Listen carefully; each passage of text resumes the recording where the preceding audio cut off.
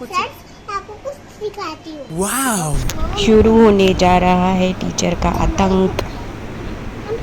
Ma'am आप क्या पढ़ा रही हो आज? एबी टमाटो बेटा टमाटो।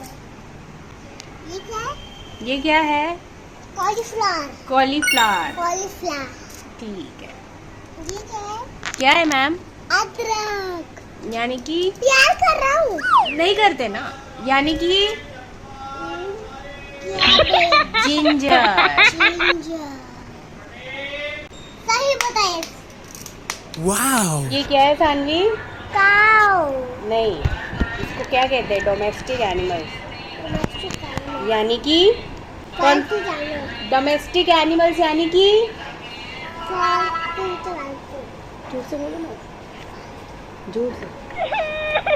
पालतू नहीं, पालतू जानवर।